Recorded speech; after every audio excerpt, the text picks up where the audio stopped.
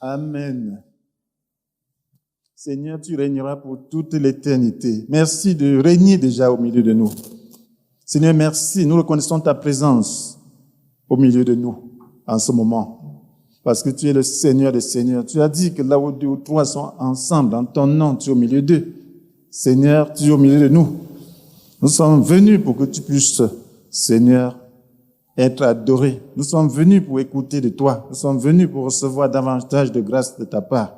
C'est pour cela que, Seigneur, je prie que l'instrument que tu as choisi pour pouvoir agir puisse être entièrement disposé, que tu puisses, Seigneur, l'utiliser pleinement. Que ce soit toi qui parles ce matin.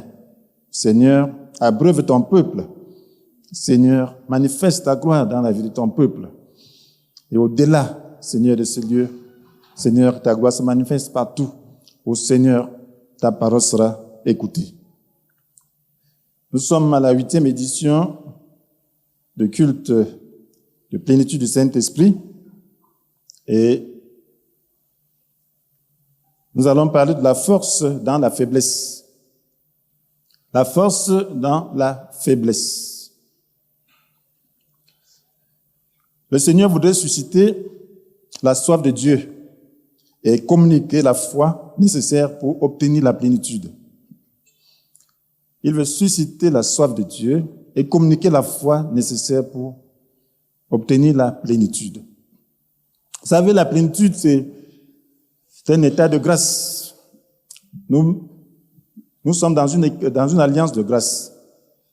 Ça veut dire que nous recevons des capacités qui ne viennent pas de nous. Capacités que nous ne méritons pas. La vie chrétienne, c'est vivre par les moyens de Dieu. C'est manifester la vie de Christ. Et cela n'est possible que par la plénitude du Saint-Esprit. Donc, alors, Dieu a établi un principe qu'il faut absolument suivre si l'on veut son intervention. C'est qu'il faut le chercher de tout son cœur pour le trouver. Si l'on veut que Dieu agisse, il faut qu'on le cherche de tout son cœur. C'est un principe qui ne peut pas changer. Il dit, dans Jérémie 29, verset 13, « Vous vous tournerez vers moi et vous me trouverez lorsque vous vous tournerez vers moi de tout votre cœur. » Jérémie 29, verset 13. « Vous vous tournerez vers moi et vous me trouverez lorsque vous vous tournerez vers moi de tout votre cœur. » Alors, il nous aide à connaître cet état où nous pouvons nous tourner vers lui de tout notre cœur. Il utilise des moyens de grâce.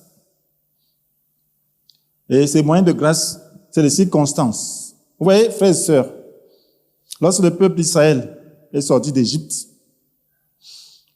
avant de sortir, ils étaient dans un état d'accablement où ils avaient besoin de Dieu. Ils ont crié de tout leur cœur. C'est dans un état d'asservissement extrême. Et c'est dans cet état qu'ils pouvaient donc invoquer Dieu de tout leur cœur. Et lorsqu'ils ont invoqué Dieu de tout leur cœur, Dieu a envoyé Moïse pour les faire sortir d'Égypte. Et maintenant, en cours de route, voilà, lorsque le pharaon les avait libérés, s'était rendu compte qu'il avait mal fait, qu'il n'aurait plus le service de ses esclaves, de ses anciens esclaves. Il les a donc pourchassés avec des chars. Voilà plus de 600 000 personnes. Si on y ajoute les hommes, les femmes et les enfants, ça peut être peut-être 2 millions. Une assemblée de 2 millions de personnes, qui se retrouvent pourchassés par des chars égyptiens. Ils ne sont pas armés, mais l'armée égyptienne est armée. Devant eux, c'est la mer Rouge. Alors, c'est une situation de détresse. Nous voyons ça dans Exode 14. Alors, quel a été donc le sens de cette délivrance d'Égypte? Si il faut encore, elle se fait massacrer dans le désert. C'est ce qu'ils se sont dit. Ça, c'est une détresse. Oui, ils ne pouvaient pas fuir en avant. Ils ne pouvaient pas fuir comment avec 2 millions de personnes. Et c'est un désert, on te voit. Alors, ils ont crié au Seigneur. Ils ont demandé à Moïse s'il n'y avait pas assez de tombeaux en Égypte pour les enterrer, pour qu'ils viennent les tuer dans le désert. Oui, c'est ça la réaction humaine. Mais c'est une situation de détresse où tu ne peux rien. Quand tu regardes, il n'y a aucune capacité humaine, aucune solution humaine n'est possible. C'est dans ces conditions que tu peux donc crier à Dieu de tout ton cœur. Lorsqu'ils ont crié à Dieu de tout leur cœur, parce qu'il n'y avait que ça, alors Dieu les a sauvés. Il a ouvert la mer Rouge. Ils sont passés et cette même mer a englouti les Égyptiens. Et voilà, ils ont chanté, ils ont entonné de beaux chants, mes frères et sœurs. Vous lisez dans Exode 15, vous allez voir. On dit alors Moïse et les Israélites entonnèrent ce cantique en l'honneur de l'Éternel. Je veux chanter pour l'Éternel. Il a fait éclater sa gloire. Il a culbuté dans la mer le cheval et son cavalier. Exode 15, verset 1. Voilà, ils étaient contents. Oui, lorsque nous connaissons la délivrance de la paix du Seigneur, nous oublions l'état dans lequel nous nous trouvions. Oui, mais il faut l'invoquer de tout son cœur. Mais la détresse n'est pas finie. La vie avance. Donc, ils ont connu encore un moment de détresse. Ils marchent 3 jours dans le désert sans trouver de point d'eau, mes frères et sœurs. Imaginez-vous. 3 jours sans eau, c'est la limite du supportable sur le plan naturel. Si tu fais plus, naturellement, tu vas mourir. Tu seras déshydraté. Donc, ils ont fait 3 jours de marche sans trouver de point d'eau. Ils commencent à crier. Ils trouvaient un point d'eau. Ils disent, ah, Dieu nous a délivrés. Mais cette eau n'était pas potable. Lorsqu'ils veulent boire, elle est amère. Alors, ils commencent encore à se poser des questions. Comment Dieu peut nous laisser dans une situation pareille? Quel est ce Dieu qui laisse toujours les gens dans une situation pareille?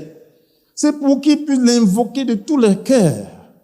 Parce que sans cette condition, on ne peut pas faire intervenir Dieu. Parce que l'homme tend toujours à s'écarter de Dieu. L'homme, lorsqu'il est content, il cherche toujours à s'écarter de Dieu. Il ne peut pas l'invoquer de tout son cœur. L'homme veut se débarrasser de Dieu pour vivre comme il veut. Mais Dieu veut que l'homme dépende de lui.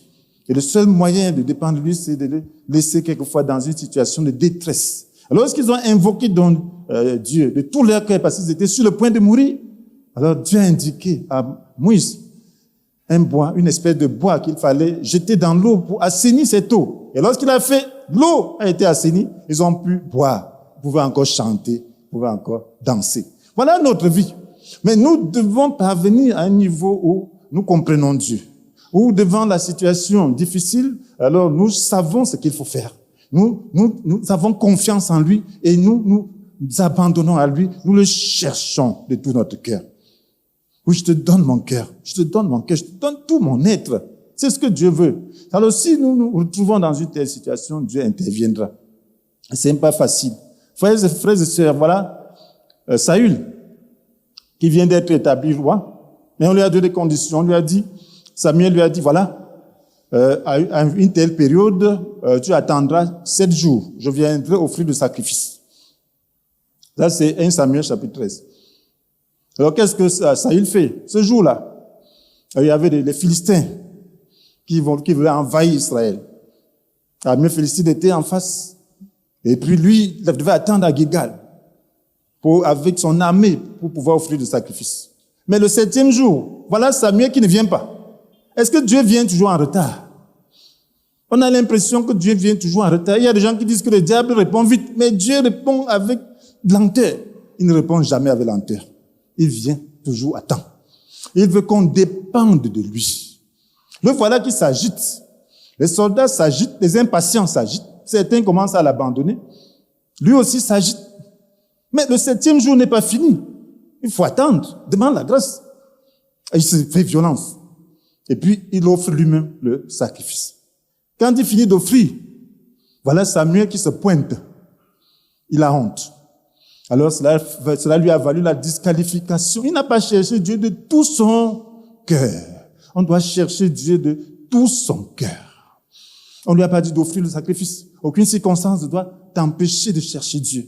Plus c'est dur, plus tu dois t'abandonner à Dieu et faire ce qu'il faut faire. Frères et sœurs, ce matin, nous parlons de la plénitude du Saint-Esprit, la force dans la faiblesse. Dieu nous met souvent dans des situations de faiblesse pour un but, c'est pour que nous puissions le chercher de tout notre cœur.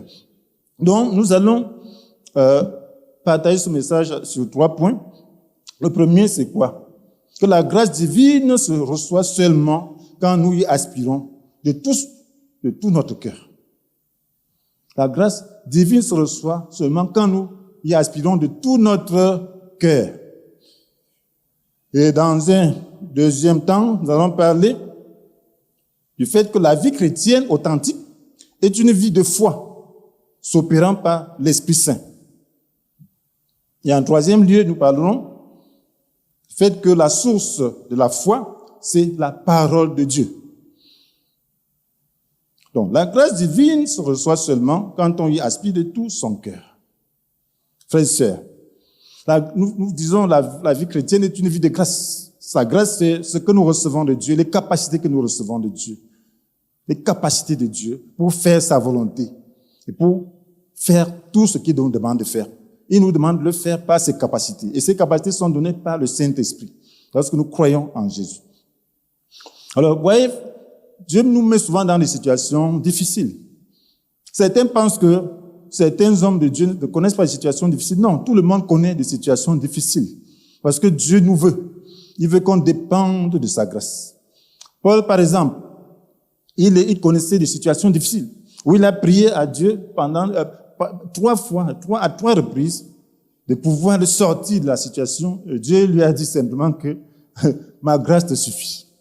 C'est dans la faiblesse que ma puissance se manifeste pleinement. Vous voyez cela dans 2 Corinthiens chapitre 12 verset 9. Il dit ma grâce te suffit. C'est dans la faiblesse que ma puissance se manifeste pleinement. Donc qu'est-ce que Dieu voulait? Dieu voulait que la puissance de Dieu se manifeste pleinement dans la vie de Paul. Or, Paul avait un problème, c'était un homme. Nous avons double nature, nous avons la nature d'Adam et la nature de Christ. Mais il faut que la nature de Christ triomphe de la nature d'Adam. Donc il y avait un peu de fierté à cause de grandes révélations que Paul a reçues, à cause de la grande profondeur de ces révélations. Alors, cela pouvait un peu l'élever parce qu'il n'a pas eu, les autres apôtres n'ont pas eu autant de révélations que lui. C'est lui qui a écrit la majorité des épîtres. C'est lui qui a été l'apôtre des païens. Alors, il nous a donné tellement, Dieu a passé par le bout de tellement de profondeur. Regardez le livre de Romains. Alors, c'est tellement profond. Mais à cause de cela, pour qu'il ne soit pas fier, parce que Dieu connaît sa nature, qui veut exprimer sa fierté, alors il lui a laissé une faiblesse dans la vie. Et cette faiblesse ne pouvait pas partir parce que c'est Dieu lui-même qui l'avait ordonné. Alors il devait donc dépendre de Dieu pour pouvoir supporter, il devait dépendre de Dieu pour pouvoir accomplir des choses merveilleuses malgré cette faiblesse. Dieu lui a dit, c'est dans la faiblesse que ma puissance se manifeste pleinement. Et nous voyons cette puissance se manifester dans la vie de Paul. Cette faiblesse n'a pas empêché d'être l'apôtre des païens, de parcourir les nations, d'amener de multitudes à connaître le Christ. Cette faiblesse n'a pas empêché d'être persécuté plusieurs fois et de s'en sortir. Une fois, on l'a lapidé jusqu'à penser qu'il était mort. Il est sorti. On l'a entouré, on l'a éloigné de la ville. Et les disciples l'ont entouré et puis il s'est relevé. Donc, Paul, connaissait la faiblesse. Et cet état de faiblesse faisait que la puissance de Dieu soit parfaite dans sa vie. Pour qu'il ne soit pas fier. Vous savez, Dieu veut sa gloire. Dieu veut rester Dieu. Donc, ce qui fait que lorsqu'il t'utilise, alors c'est lui qui doit être élevé et non toi. Et pour cette raison, il faut qu'il puisse t'aider. Si tu le cherches, t'aider à t'abaisser. Et si tu ne peux pas, il va t'aider à le faire. Alors, Dieu voulait utiliser davantage Paul. Il ne voulait pas le perdre. Alors, il l'a aidé pour qu'il puisse compter toujours sur lui. Et en faisant cela, alors la puissance de Dieu s'est opérée avec plus d'efficacité. Donc, il était dans des situations de détresse. Et Dieu répondait toujours. Il a pu mener une vie de grâce jusqu'au bout.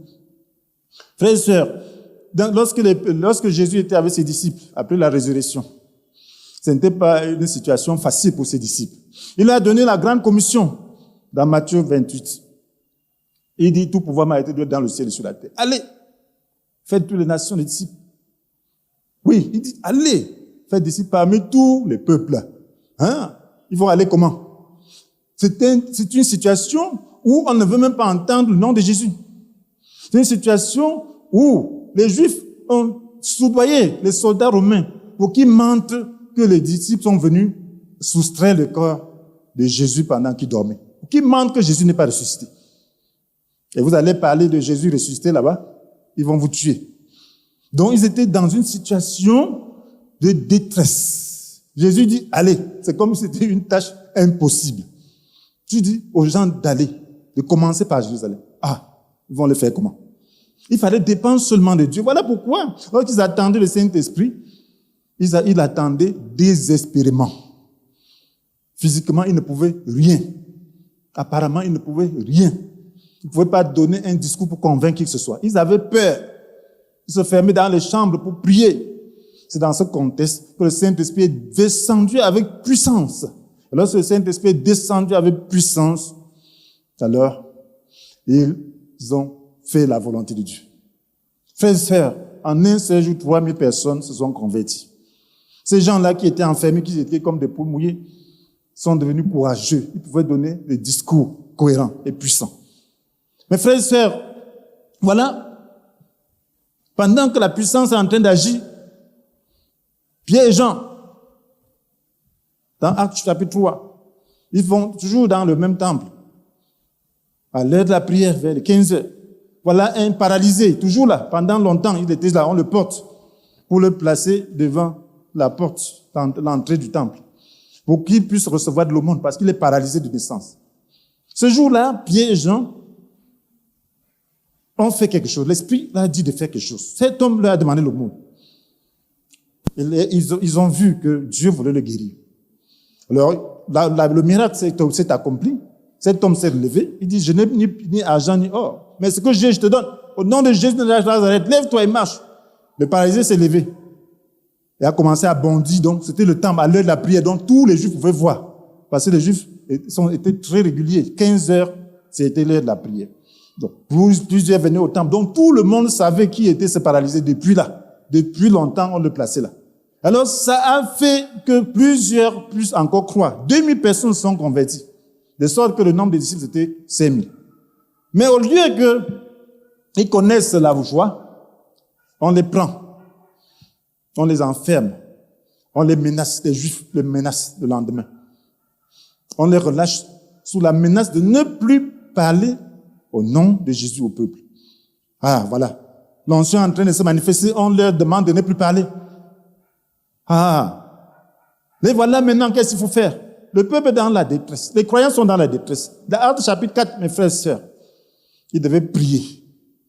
Oui, l'onction avait diminué. Ceux qui viennent de croire là, ils n'ont pas encore bien l'onction. Oui, il faut prier. Même les disciples, cette onction-là, il faut renouveler. Ils ne savent plus comment faire. Ils veulent nous tuer. Ils nous demandent de ne plus parler au nom de Jésus. Qu'est-ce qu'il faut faire? Ça, c'est une situation de détresse. Alors que la puissance de Dieu est en train d'agir. Il faut donc garder ça. Qu'est-ce qu'il fallait faire? Il fallait prier. Ils ont prié de tout leur cœur. Vous pouvez voir cela dans Actes chapitre 4. De tout leur cœur, mes frères et sœurs.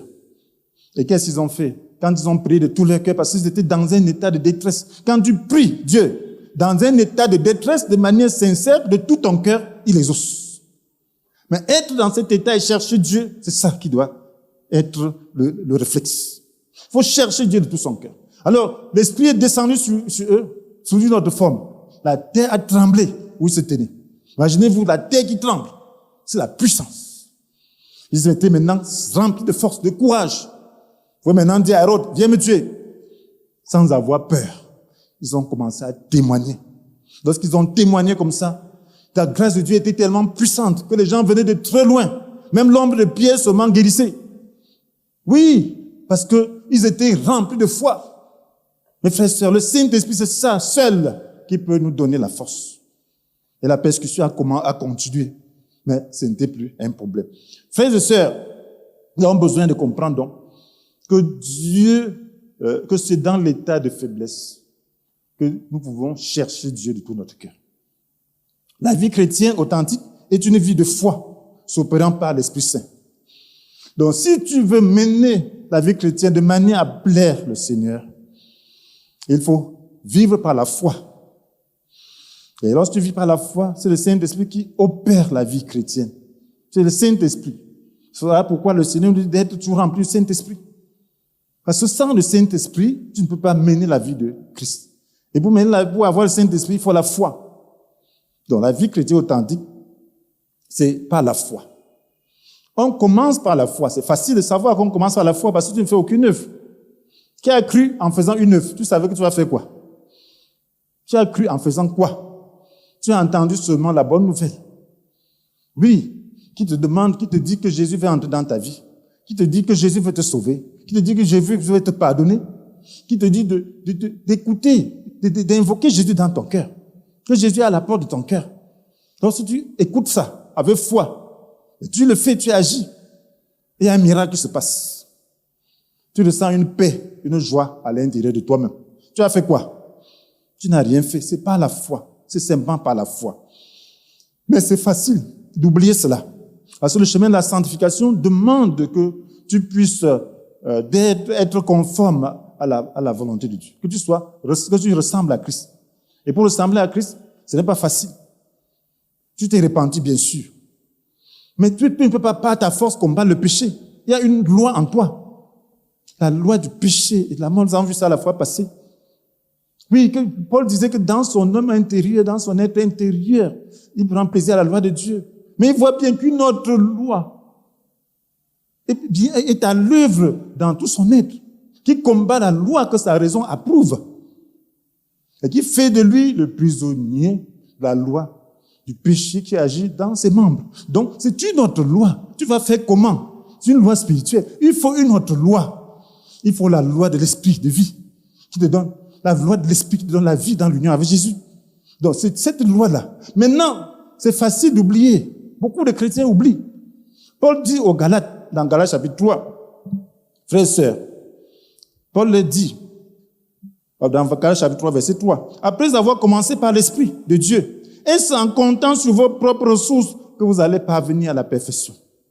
Après avoir commencé par l'esprit de Dieu, est-ce en comptant sur vos propres ressources que vous allez parvenir à la perfection? C'est facile de compter sur ses propres ressources. Oui, ce frère, ça t'a blessé. Désormais, je vais faire comme ça. Ça, c'est tes propres ressources. Cherche plus de grâce, mon frère, ma sœur. La vie m'a fait ci. Désormais, je fais comme ça. Tu t'établis tellement de règles, tellement de règles, tellement de règles. Tu deviens stérile, tu deviens froid, tu n'as plus de vie. L'esprit s'en va. Tu dois demander plus de grâce. On ne dit pas de ne pas être prudent. Le comportement se gère à travers les difficultés qu'on connaît. Mais ce ne sont pas des règles qui vont résoudre ton problème. C'est plus de grâce. C'est plus de grâce qui va résoudre ton problème. Alors tu dois chercher plus de grâce. Tu dois savoir que c'est le Saint-Esprit seul qui peut t'aider à supporter ce frère. Saint-Esprit seul qui peut t'aider à supporter cette situation. Saint-Esprit seul qui peut t'aider à vaincre la tentation. Le Saint-Esprit seul peut t'aider à résoudre tel ou tel problème. Tu commences par la grâce. Tu finis par la chair, alors tu es en train de rétrograder. Et beaucoup de gens commencent par la grâce et finissent par la chair. Et lorsque tu es dans la chair, tu penses que tu es en train d'avancer. Lorsque tu commences à juger les autres, sache que tu es déjà dans la chair. Parce que l'esprit n'est pas là pour juger les autres. Mais tu peux te faire spirituel. Tu peux dire que tu es même très spirituel. Mais quelle est cette spiritualité qui permet à la loi de la chair de continuer à se manifester? Ce n'est pas une spiritualité, c'est une séduction. Dans la spiritualité, plus tu es spirituel, plus tu deviens un enfant. Plus tu deviens plus simple. Parce que c'est ça l'œuvre du Saint-Esprit. Le Saint-Esprit doit te rendre plus simple, doit combattre la loi du péché, la mort en toi. De sorte que tu deviens plus simple à vivre. De sorte qu'on pense que tu es devenu amorphe. Mais il y a la vie de Dieu en toi. Il y a la puissance de Dieu en toi. C'est ça le Saint-Esprit. Il faut avancer par la grâce et par la foi. Sans cela, c'est impossible. La Bible nous dit, dans Ephésiens 2, versets 8 à 9, que c'est par la grâce que vous êtes sauvés, par le moyen de la foi. Cela ne vient pas de vous. Ça ne vient pas de toi. Le salut là ne vient pas de toi. Ce n'est point le fruit d'œuvres que vous auriez accompli. Personne n'a donc de raison de se vanter. Donc, l'homme veut se vanter que j'ai fait ceci, j'ai fait cela. Lorsque tu juges là, c'est l'orgueil. Tu te vantes que je connais, je fais ceci. Je suis à ce niveau, l'autre ne l'est pas. Ça, c'est l'orgueil. Or, l'orgueil est un péché plus dangereux. Parce que Dieu résiste aux orgueilleux. Dieu ne veut pas l'orgueil.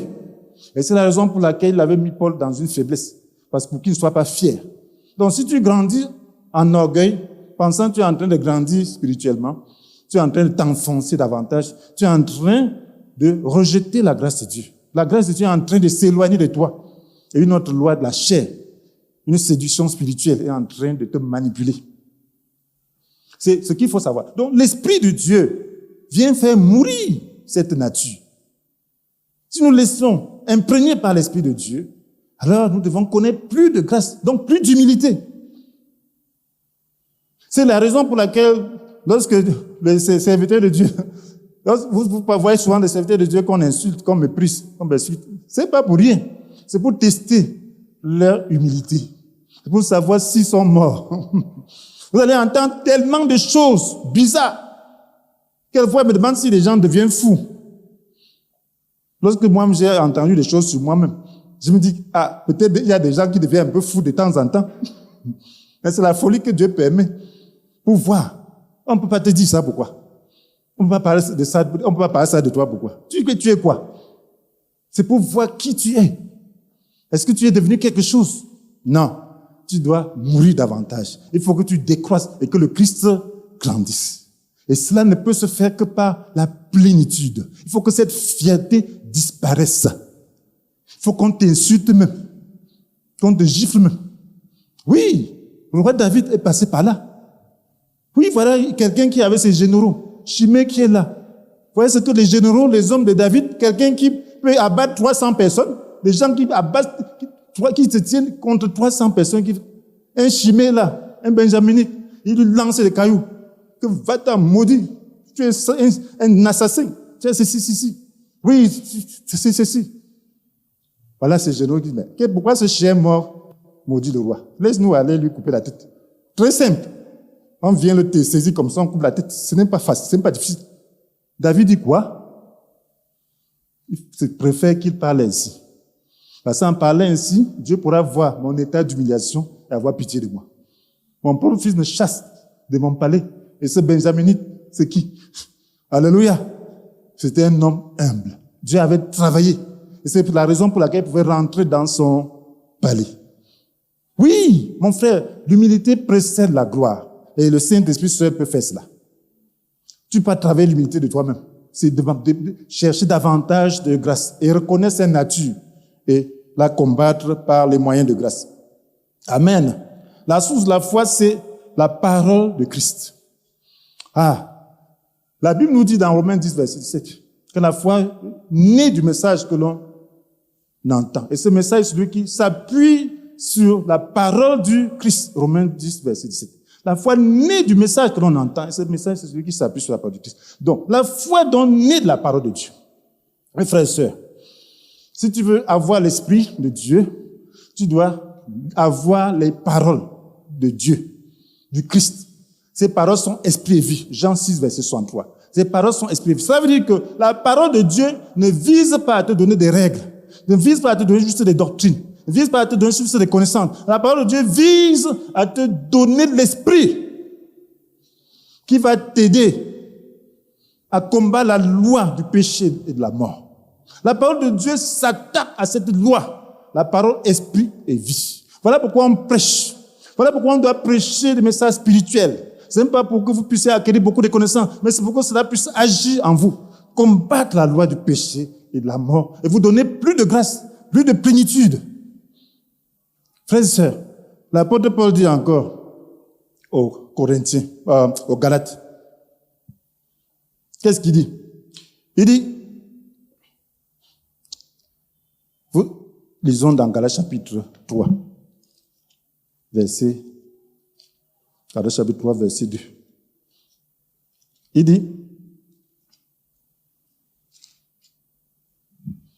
je ne vous poserai qu'une seule question.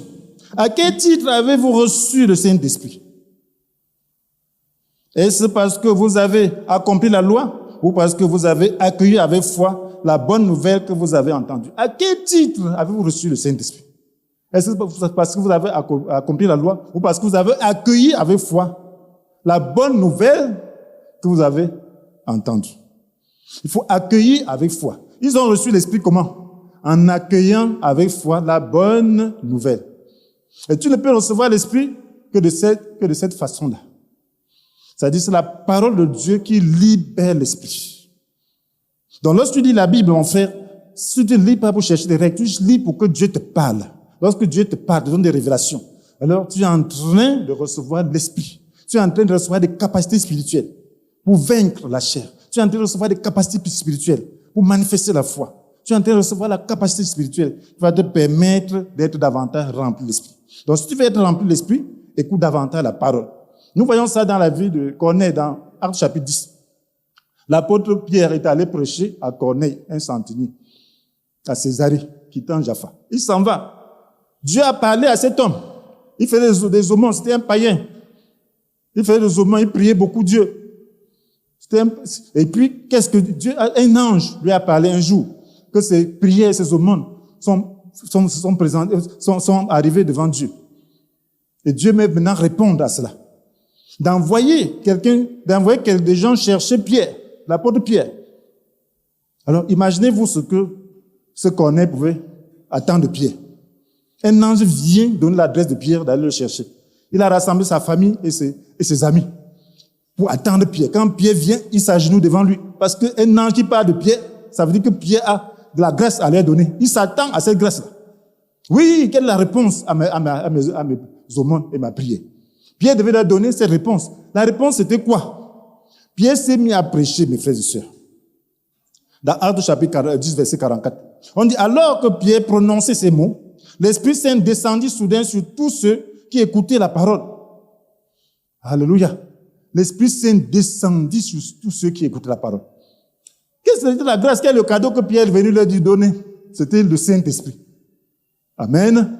C'était le Saint-Esprit. Ils ont reçu comment?